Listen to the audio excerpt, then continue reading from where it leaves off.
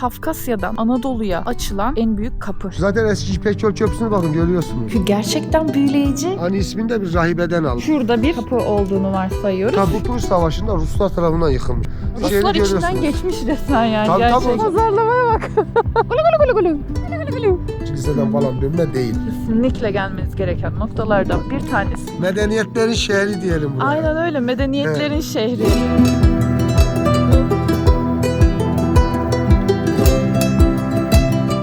Tek kadın tek motor 81 il Türkiye yolculuğumun yeni bölümüne hoş geldiniz. Ben Saliha. Türkiye'nin 81 ilini, doğal güzelliklerini motosikletimle gezdiğim rekor bir yolculuktayım ve şu anda bir önceki bölümde olduğu gibi Kars'tayım.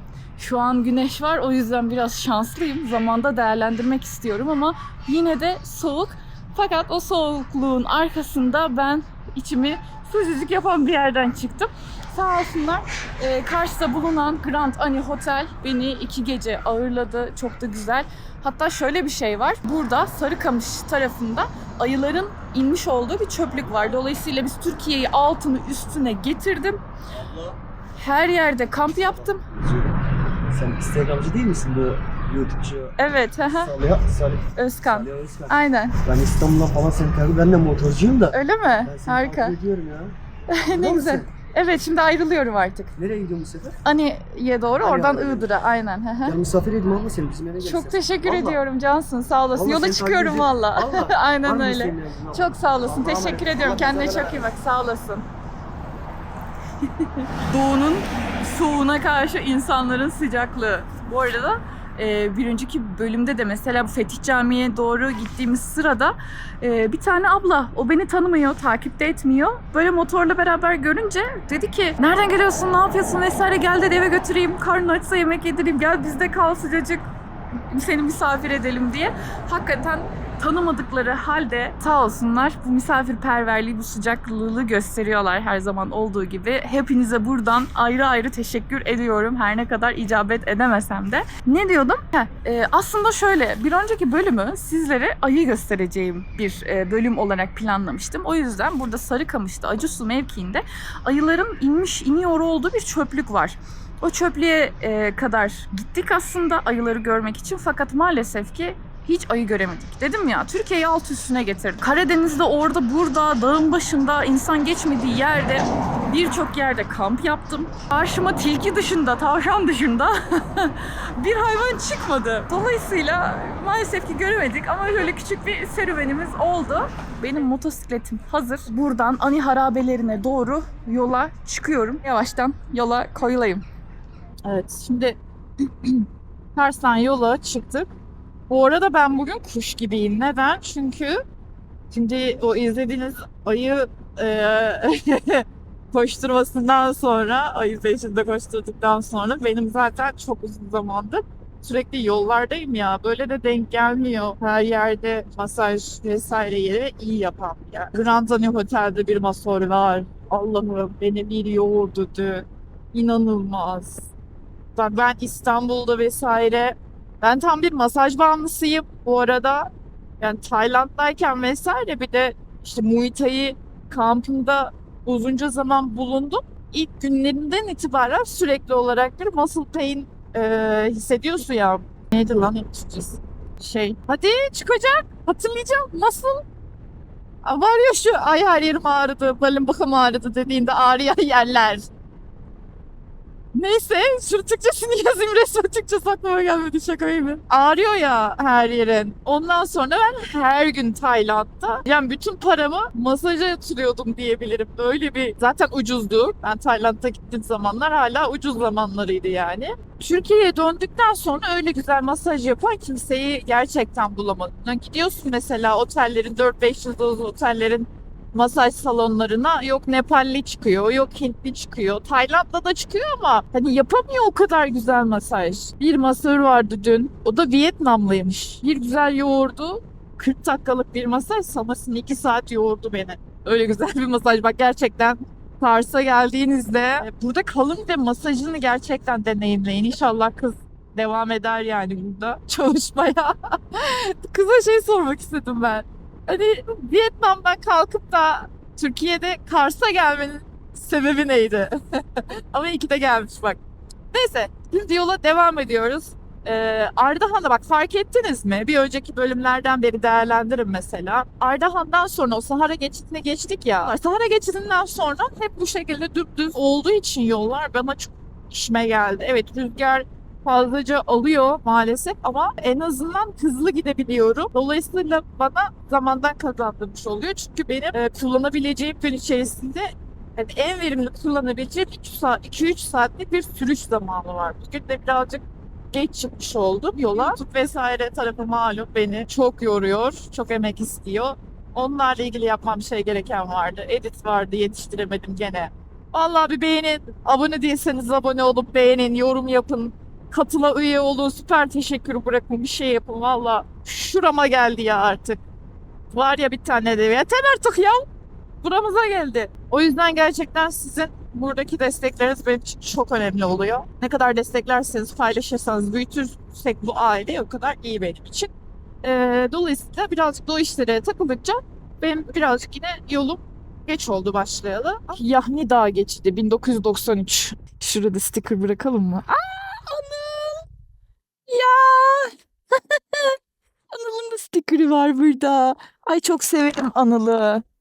Anıl'ı takip etmiyorsanız bak orada şey var. Gezmek en kolay. Anıl Ünlü. Çok sevdiğim, çok değerli bir arkadaşımdır. Hemen de onun yanına yapıştırayım bari. Kapatabilsem kamerayı. Ellerim bu kadar şey ki. Yolda şöyle bir şey gördüm ha. Bir tane de araç durmuş orada. Bir özelliği falan var mı? Tabela mabela bir şey yazmıyor ama. Gidebilecek yer bulamadım ama. Ortada hendek gibi bir şey var çünkü. En son ben D915'te hendek gibi bir yere girmiştim. Çantalar ayrı, ben ayrı zıplamıştım. O yüzden şimdi girmeyeyim ama. Burası böyle şey gibi herhalde. Ne derler? Burayla alakalı bilgisi olan varsa yazsanız da yorumlara. Hiç çünkü böyle bir şey duymadım ama. Aşağıya inmeyeyim. Motorla inebilseydim inecektim. Ne denir ona? Dilek ağacı gibi bir şey.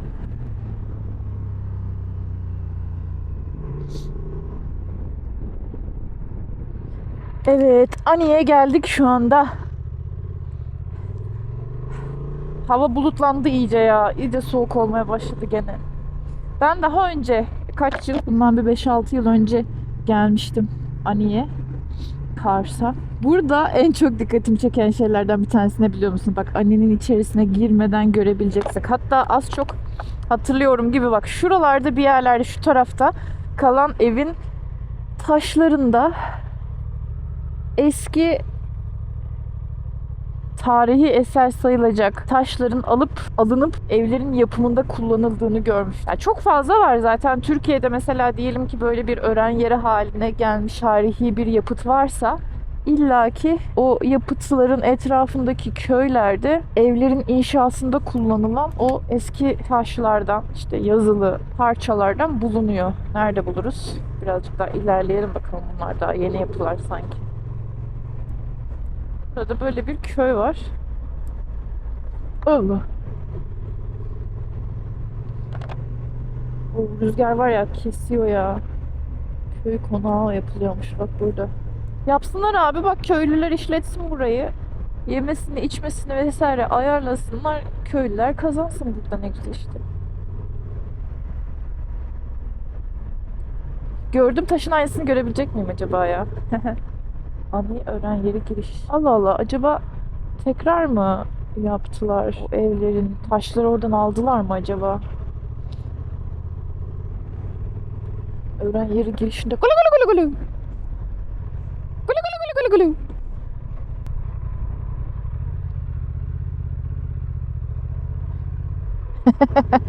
Gulu gulu gulu gulu gulu. Gulu gulu gulu gulu gulu. Ses yapmadılar ya. Azıcık ses yapalardı.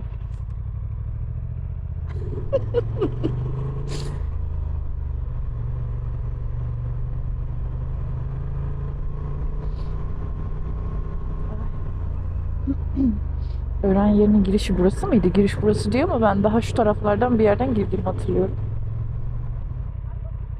He? Çorap ister miyiz abla? Teşekkür ederim. Sağ olasın. Teşekkür ederim. Sağ ol. Ay sen daha güzel. Sen de yakışıklısın. Teşekkür ederim. Pazarlamaya bak. De bakalım. Ha? Teşekkür ederim. Sağ olasın. Kaç aldın abla? Ha? Kaç aldın? Aldık biraz ya işte. Ne olsun. Evet, şimdi Ani harabelerinin girişine geldik. Şöyle bir girişi var. Şurada işte bilet vesaire aldığın yer. Müze kart geçiyor bu arada. Burada surları görüyoruz. Burası Kafkasya'dan Anadolu'ya açılan en büyük kapı. Tam olarak Ermenistan sınırındayız. Birazdan da içeriye girdiğimizde göreceğiz. Burada 4,5 kilometrelik, şu anda totalde kaç kilometre duruyor bilmiyorum ama 4,5 kilometrelik, yaklaşık da 8 metre uzunluğunda olan bir sur yapısı var. Aynı zamanda geldiğinizde burada golf arabasıyla da gezinti yapabiliyorsunuz. Ben de birazcık, malum hava soğuyor, kararıyor. Motorla dönüş zor olmasın diye şöyle bir arabayla hızlıca içeriye doğru giriyoruz.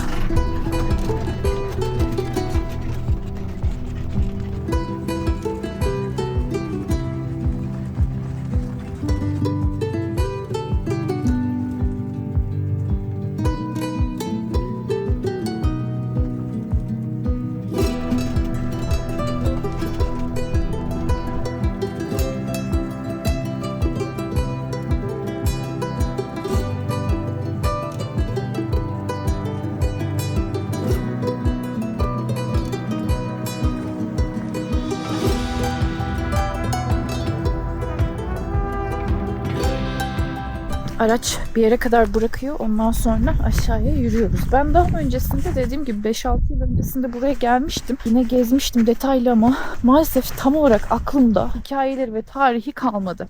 Olabildiğince de araştırdım ama sizler daha detaylısı için tavsiye ediyorum şiddetle. Buranın tarihini görmek, bilmek, araştırmak gerekiyor. Şöyle ki eskiden beri biz Ani harabeleri olarak biliyoruz ama artık harabeler denmiyor. Ani öğren yeri olarak söyleniyor.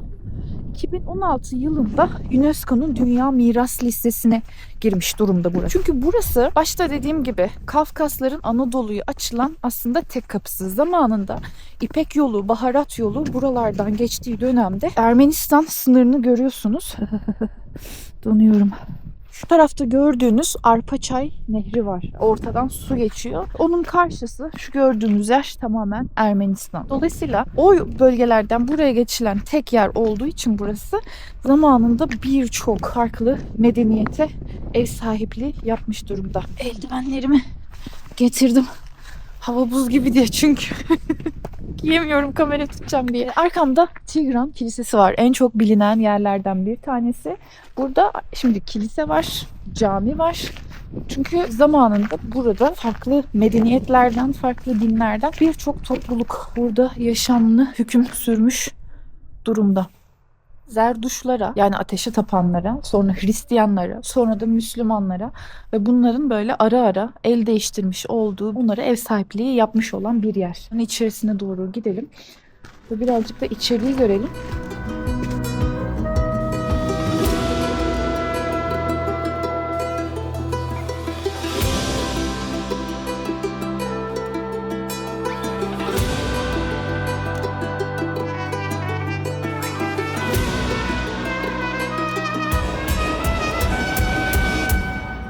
Buraya ben önceki geldiğimde de aşırı derecede büyülenmiştim. Çünkü gerçekten büyüleyici. Nedeni hem şaşalı bir yapı olması hem de hala daha o eski fresklerin, çizimlerin çok net bir şekilde görülüyor olması. Şimdi maalesef ki burada gördüğümüz ismini yazmış olan arkadaşlar neredeydi? Giresun Şebin Karahisar'dı ki Meryem Ana Kilisesi'ne gittiğimizde ismini yazan insanlar maalesef ki buralara da gelmiş ve buralara da ismini tepelere kadar kazıyabilmiş durumdalar. Şoklar içerisindeyim ama yine de hala bu kadar net bir şekilde görülebiliyor olması çok güzel.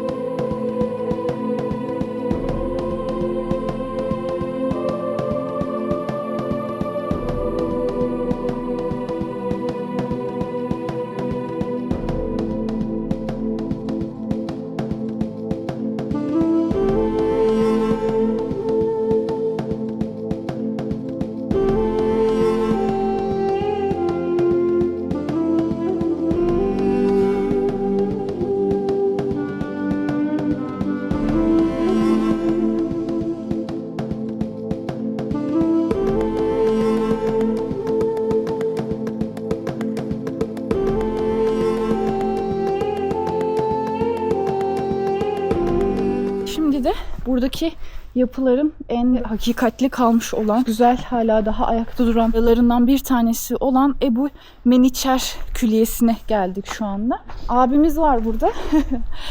Küçükçe şimdi o birazcık daha hakim olduğu için birkaç bilgi söyledi. Dedim o zaman kamera için abi biz kamerada tekrar söyleyelim. Ablacığım burası bölgede yaşayan çok güçlü bir beylik varmış. Şeddadiler. Hı hı. Alparslan Hani'yi 1064'te fethettikten sonra yaklaşık bir ay boyunca kuşatmaya alıyor Hani'yi. Hı hı. Fethinden sonra buranın yönetimini Selçuklular adına sürdürmesi için Şeddadoğullarından Ebu Meniçer'e bırakıyor. Yani buraya vali olarak atıyor. Hı hı. Yaklaşık 150 sene zaten onun soyu burayı sürdürmüş hocam. Şeddadiler. Tabii 1064'te temeli atılıyor. 1070'de bu cami yapılıyor. Sultan Melikşah'ın emriyle. Anadolu'daki ilk Türk camisi. Tabii Anadolu'daki 99 aynen en merdiven. eski camilerden Evet. bir tanesi. Allah'ın 99 isminden esinlenir hocam. Minaresi. Hı hı. Ve 8gen bir yapısı var yani Selçuklu mimarisine göre. Hı hı. Cami 2 kattır. Altında medrese katı vardır hocam caminin. İnebiliyor muyuz şu anda? Medreseyi göreriz ama inemeyiz hocam. Şu anda merdivenler falan kaldırdılar. Bayağı bir yoğun ilgi olduğundan dolayı, inip çıkma olduğundan dolayı merdivenleri söküp kaldırdılar. Şu demin gelirken de bu Fetih Camii oruluyor değil mi? Orası Meydan Evet. Kata değil hocam. Orası 989 yılında yapılmıştır. Simbat döneminde. Şu tarafta. Tabii. Fakat Simbat öldüğü için Kral Gacineşi Kraliçe Katmerine tarafından yapı 1001-1010 yılları arasında tamamlanmıştır. Hı hı. Hatta burayı yapan Tridat yani buranın mimarı aynı zamanda İstanbul'da Ayasofya'nda kubbesinin tadilatını yapmıştır. Hmm. Ve Sultan Alparslan dediğim gibi yani 1064 tarihinde fethettikten sonra burayı kılıç hakkı olarak orayı camiye çeviriyor ve iç cuma namazını orada kılıyor.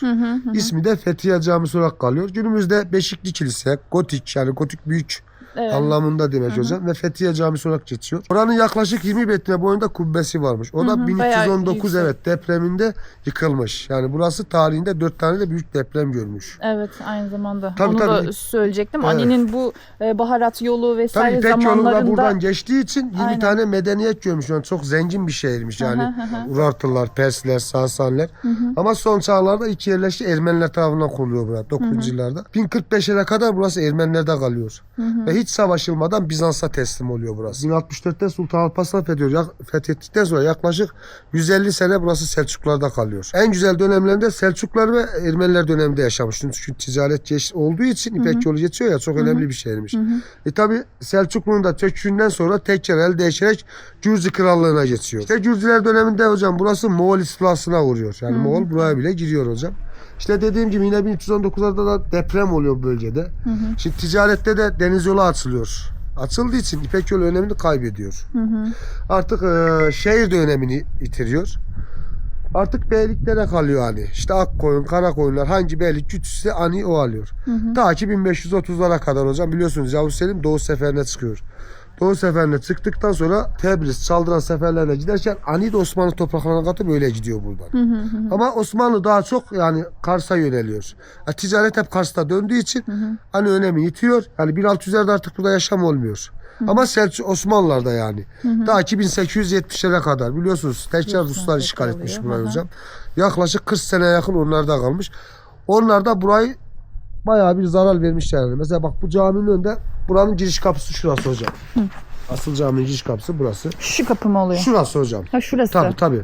Ve burada bir de büyük bir kitabe varmış. Ha şurada bir kapı olduğunu varsayıyoruz. Tabii, Şurası da kapalı aynı zamanda. Caminin kitabesi. Mevsel tarafından yaptırılmıştı hocam o kitabede. İşte Rus işgalinde burada kazılar yapıyor. Bu kitabeyi yıkıyor hocam. Bu caminin duvarlarını yıkıyor. Burayı şey yapıyorlar. Depo olarak kullanıyorlar. Bu gördüğünüz bu duvarlar da sonradan restorasyon gördü hocam. Evet belli şuradaki detayları bakınca. Tamam, onu bundan diyecektim. sonradan restorasyon gördü hocam. Yani burası orijinal bir Selçuklu yapısı olduğu için Ruslar buraya bayağı bir zarar vermişler. Yani kiliseden falan dönme değil. Hani bazı işte rehberler gelir işte kiliseden dönme falan hayır öyle bir şey yok. Orijinal Selçuklu Tamamen yapısı. yani zaten minaresine baktığında. Mimarisi de bile yani Asya Türklerine göre 8gen bir yapısı var hocam. Tamamen yani. Selçuklu Tabii, mimarisiyim diye Tabii. bağırıyor. Burası da hocam Selçuklu konutları. Yine gelin böyle şuradan yakından bakalım. Burası bir mahalle. Han, medrese, yani iş yerleri. Ne varsa hep burada hocam. Selçuklu döneminde yapılmıştır. Buranın en şaşalı olduğu dönemlerde Tabii insanların Şaşalı yaşadığı döneminde yerler. yapılmış. Burası bir mahalle. Bakın sokaklarını falan hep görüyorsunuz. Hocam burası büyük bir ihtimalle yani şey olması lazım. Han olması lazım yani. hani kervan yolu geçtiği için Kervansaraylarda tabii da oluyorlar. kervansaray gibi yok. Bunlar da saklama alanlar hani zebze falan herhangi bozulmaması için yapılan o Buzdolabı dönemde şeyler. diyebiliriz. Ocak hocam bakın. Ha, evet. O döneme ait ocaklar hocam. Büyük bir ihtimal yani aş pişiriyorlarmış hocam burada. Aa, çok güzel bu döneme kadar kalıyor olması. Bunların hepsi hocam. Yine Ruslardan kurtarabilmişiz bir şeyler. 4-5 yıl önce kazı savaşmalarında gün yüzüne çıktı bunların hepsi. Şu karşı tepede hocam İçkale bölgesi bayrak olduğu kısmı görüyor musunuz? Orası da Urartulardan kalma hocam kale. Yani o dönemin hakim tepesi. Tabii ki nüfus azmış. Surlar bunun önünde. İç surlar. Nüfus su aldıkça alan böyle bu tarafa doğru genişlemiş hocam. Ama herhangi bir eser kalmamış hocam orada. Hep yıkılmış şu anda. Tabii onun arkasında var bir tane küçük kilise, oraya da gidemiyoruz. Normalde bu girişteki surlar deniyor ya 4,5 kilometre vesaire. Onlar şu anda kaç kilometresi aşağı Hocam yukarı kalmış yaklaşık durumda? 2,5-3 kilometre var. Şimdi ani üçgen şeklinde düşünürsek sağ sol ön tarafı kanyon olduğu için korunaksız olduğu için sadece kuzey kısmına çift kademeli su sistemi yapılmış. O da Ermeniler döneminde. Hatta onun önünde de bir tane hendek varmış. Yani fethedilmesi çok zor bir şehir. O yüzden 3 kademeli yapmışlar hocam surları. Ermeniler döneminden kalma surlar. Girdiğimiz kapı zaten Aslanlı kapısı. Aslanlı kapı, Alparslan hani fethettikten sonra kapıya kendi ismini veriyor. Ve girişte yine bir aslan kabartması var. Onu da çıkışta görürüz hocam. O da Melçer tarafından eklenmiştir. Yani doğudan batıya ilerişin bir simgesini gösteriyor. Ayrıyeten Selçukluların güç simgesi hocam. Evet. Doğru. Farklı eserlerde Evet, de o farklı simgeyi eserlerde doğru, görüyoruz simgeyi zaten. görüyoruz hocam. Aynen. Bir de burada İpek yolu burada hala hazırda devam ettiği sürelerde karşıya bağlanan bir Geleceğiz hocam böyle buyurun. bridge. Ben gene Köprümüz var hocam. köprü geleceğiz. var. Arpaçay Nehri de buradan çok net bir Evet şekilde görünüyor. Burası da Arpaçay Nehri. Bizim sınırlarımızı bölüyor. Yani bir 4-5 kilometre ileride Ermenistan'la ortak bir barajımız var bizim. Bu su Kars'tan geliyor hocam. İşte barajda toplandıktan sonra yazın bu suyu daha gür akıyor. Şimdi önünü kapatmışlar suyu. Bir de evet benim önceki geldiğimde daha Nisan bahar zamanıydı. O zaman daha yüksek. İşte yağmur, kar olduğu için hocam baraj tez dolduğu için suyu bırakıyorlar. Şu anda barajda su kalmadığı için barajın önünü kesmişler. Burası da tarihi İpek Yol Köprüsü. Bu köprü zamanında 2 katlıymış. Alttan kervanlar, üstten yayalar geçiyormuş hocam. Burası da yine Kurtuluş Savaşı'nda Ruslar tarafından yıkılmış. Dinamitle patlatarak yıkılmış. Zaten bakın savunma için yine tabii orada. tabii. Köprünün şeyini Ruslar görüyorsunuz. içinden geçmiş resmen yani Tabii gerçekten. hocam. Zaten eski İpek Yol Köprüsü'nü bakın görüyorsunuz. Niye yıkmışlar? Burada Kurtuluş Savaşı'nda tabii Ruslardan bakmışlar ki kale bizden çıkıyor hani. Buranın önemli işte kitabeler, heykeller. Girişte 3 tane heykel varmış. Kral Eşot, 1. kral, 2. kral Simbat ve 3. kral Kral Gacin heykelleri varmış. Onların üçünü de götürüyorlar hocam. Yaklaşık 2 vagon kadar değerli eşyayı karşıya geçiriyorlar. Türk şahsiyer gelmesin diye burada köprüyü patlatıyorlar. Köprü de o yüzden yıkılmış hocam. Anladım. Burası da caminin şadırvan kısmı hocam. İşte medrese, abdesthane. Bakın orası da Selçuklu döneminde bulunan tuğlalar hocam. Orijinal tuğlalar yani. Selçuklu döneminden kalma. Orası da Rahibeler Manastırı hocam. Karşı taraf. Orası ama bizde olmuyor Bizde değil mi? hocam, orası da Orası da bizde. bizde Tabii, mi? tabii, orası Geçiş da var bizde. mı oraya peki? Oraya ancak yürüyerek geçersiniz hocam. Bayağı bir ama yürüyüş Bayağı bir yani kısmı var bir orası. saat falan yürüme olur hocam. Belki bir sonraki geldiğimizde. He, inşallah hocam. İnşallah. Bir de o zaman içeri tarafına Tabii da hocam. bakalım. Şurada da muhtemelen... Hocam burası su kanalı. Aynen, yani su orijinal kanalı. bu. Evet. Değil mi yani şadırvan kısmı olduğu için orijinal su kanalı hocam. Valla ağzınıza sağlık. Teşekkür ediyorum bu arada. Bölgeyi en iyi buralı insanlardan Evet, dinleyebiliyoruz. Çok güzel oldu. Şimdi buraya da geldiğimizde burası o cami Evet, olduğu caminin bu olduğu şekilde kısım de hocam. belli Bakın burası oluyor. medrese dediğimiz kat, alt kat hocam. Buradan da geçilip bunun Tabii alt burada katında yine merdivenler var. vardı. Sonra da merdivenler kaldırdılar. Bayağı bir yoğunluk oluyordu abla işte ne bileyim 20 kişi gelip 20 kişi çıktığı zaman bayağı bir yoğunluk olduktan sonra burayı kaldıracağım. Çocuk falan Tahribat da düştükten sonra cemekan falan yaptı kaldırdılar hocam. Anladım. Burası da. Burada yaklaşık 3-4 yıl oluyor hocam ibadet açılanı. Camları falan sonradan yaptılar. Hani içeri toz, kuş falan Girmesin girip yapması diye. Ama hakikaten bak Selçuklu'nun o zarif duruşu ve o Selçuklu'da genelde hani pencereler vesaire yapılırken esas olarak hani Kemerli şeklinde manzarayı hocam, yani hem tabii. kemerli hem böyle çok detay ve de aynı zamanda güzel bir manzaraya Tabii bakın bakacak mesela şekilde yukarılara bakın tonos yaparlar. şeklinde hocam. Evet. Ve altıgen yani bal peteğinden alma da bir süsleme taşlarla Evet, yapılmıştı. onların bütün o motiflerin özel isimleri vardı aslında. Ben zamanında onlara çok hakimdim de şu anda Bakın orada da unuttum. şey var hocam, Davut Yıldızı var. Evet Mihrab'ın tam yıldızı şimdi hocam. onu kapının Onlardan- diğer tarafında da aynı şeyi görebiliyor muyuz? O Davut Rıza şeyde bu Pradoğlu'na giderken görürüz hocam. Tamam, çünkü çok güzel bir kapı var. Olmadı ben telefonla detayını çekip oraya ekleyeyim. İsterseniz hocam ayaklarınızı çıkartıp girebilirsiniz 2 dakika. Girmeyi çok istiyorum da sonra motora bineceğim ve ayaklarım üşüdükten Evet, sonra tamam hocam. şimdi o ısıyı hiç kaybetmek istemiyorum Tamam o yüzden.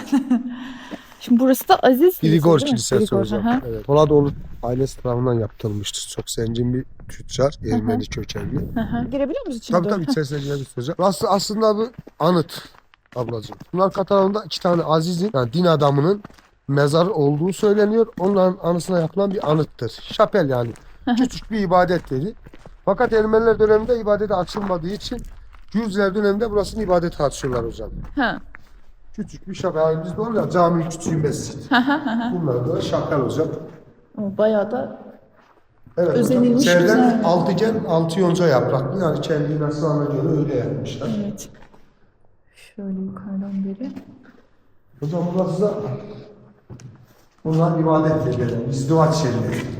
Bunlar tek başlarına izdivaç çekilip de ibadet yaparlarmış hocam burada. 2 tane, bir tanesi de o tarafta hocam. Şuradan şey Şimdi yapalım. böyle bir yer. Evet. Evet. Bu tarz böyle benzeri şeyler aynı zamanda işte aslında dinlerin yükümlülükleri de birbirine çok benziyor. Yine bazı mescitlerde Burası restorasyon gördük. he, şurada da böyle bir yer var.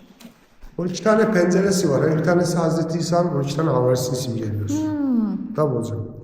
Evet. İşte 6 tane aşağısında 6 tane pencere var. O da saat dilimini. Dışarıda saat şeyi var. Güneş saati var. Saatini Onu da göreceğiz. anlayabileceğiniz, He, yani asıl- ışığa göre he, saatin kaç saat olduğunu dilimini anlıyor hocam. O da 6 pencere de onun için konulmuştur. Çok güzel. Buradan da çıktığında yine manzarası çok güzelmiş.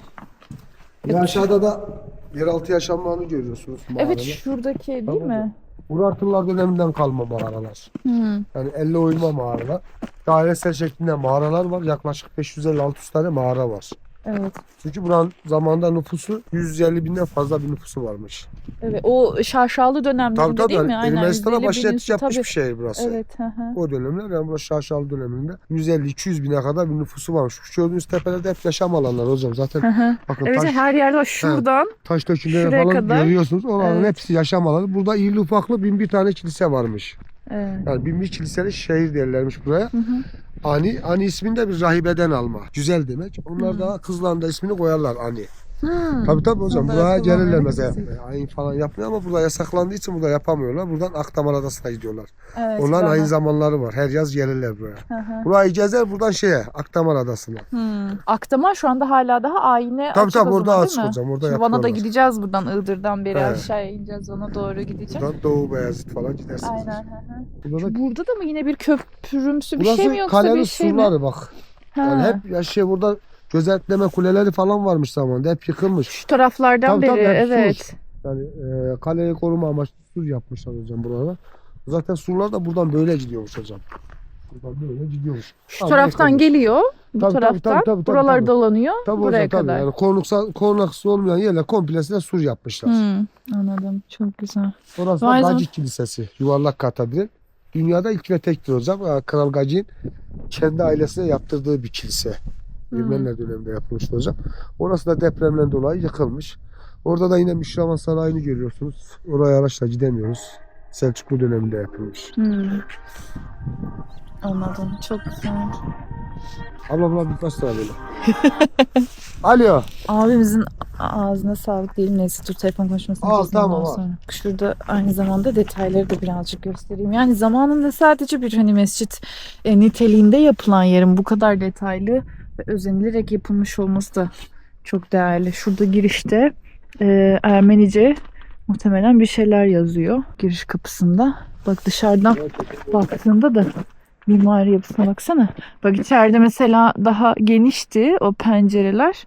Buralarda böyle tam bir yonca niteliğinde işlemeler bak. Şuranın işlemesiyle bu pencerenin işlemesi farklı. Burada yine arkasında bak bütün pencerelerin işlemesi farklı aslında. Şurada da bir şeyler yazıyor. Şurada. Çok güzel. Abim çok teşekkür ediyorum. Burada bu kadar galiba değil mi görebileceğimiz yer? Burası da Kervansaray zaten Selçuklular döneminde yapılmış. Şu taraf. He. Yani Çok az gidenler orada duruyor. konaklıyorlarmış. Hı hı. Onun önünde yine Havariler Kilisesi var. O da zamanla yıkılmış. Hı hı. O tek bedenin olduğu o zaman Cüzdü Kilisesi. Tek beden var ya. Hı hı. Orası da Cüzdü Kilisesi. Orası da yıkılmış. Hı hı. Şu anda orada güçlendirme atmışlar ayakta durması için. Ben önceki geldiğimde o arka taraftaki o Fethiye Camii vesaire falan şey Evet. yapılıyordu, giriliyordu. Şu anda tabii. Şu anda restorasyon aşamasında hocam Hı hı. orası. Oraya bir tek Ben giremedik ama onu izin verdim. Cirdiye de yukarıda falan çalışmıyor. Taş falan Hmm. düşer. Allah göstermesin. Ne olur, ne Artık olmaz. geldiğinizde sizler açık Evet, olursa evet. yine girersiniz. Gezersiniz hocam. Hakikaten Ani bambaşka bir dünya, yani Türkiye'de en önemli noktalardan, hani manzarası olsun, tarihi olsun, hem buradaki mimari yapıların tarihi açısından hem de bölgenin tarihi yapısı açısından Türkiye'deki en önemli noktalardan bir medeniyet tanesi. görmüş burası. Aynen öyle. Ve üzerine Medeniyetlerin inşa şehri hocam edilerek. öyle diyelim. He? Medeniyetlerin şehri diyelim buraya. Aynen öyle. Medeniyetlerin Evet. şehri. Bir sürü farklı farklı Tabii. dinlerden Dinler olan görmüş, insanların tabii. yaşadığı ve onların aynı zamanda kültürleriyle gelen mimariye, yaşam alanlarına, her yerine yansıyan açılarını görebiliyoruz. O zaman son olarak şimdi ben buradan Ani'den ayrılacağım. Buradan Iğdır tarafına, Tuzluca üzerinden Iğdır tarafına doğru devam ediyor olacağım. Abicim isim neydi bu arada? Evren. Evren abi. Çok teşekkür ediyorum. Teşekkür Ağzına ederim. sağlık. Sağ olun. Çok iyi oldu. Sağ olun abla. Denk gelmiş olmak, Evet. senin ağzından daha detaylı, daha güzel bir şekilde Sağ ol. dinledik. Çok sağ olasın. Teşekkür ediyorum. Ani'ye Türkiye'de gelmediyseniz Ani'ye kesinlikle gelmeniz gereken noktalardan bir tanesi diyerek bu videoyu burada sonlandırmış olayım.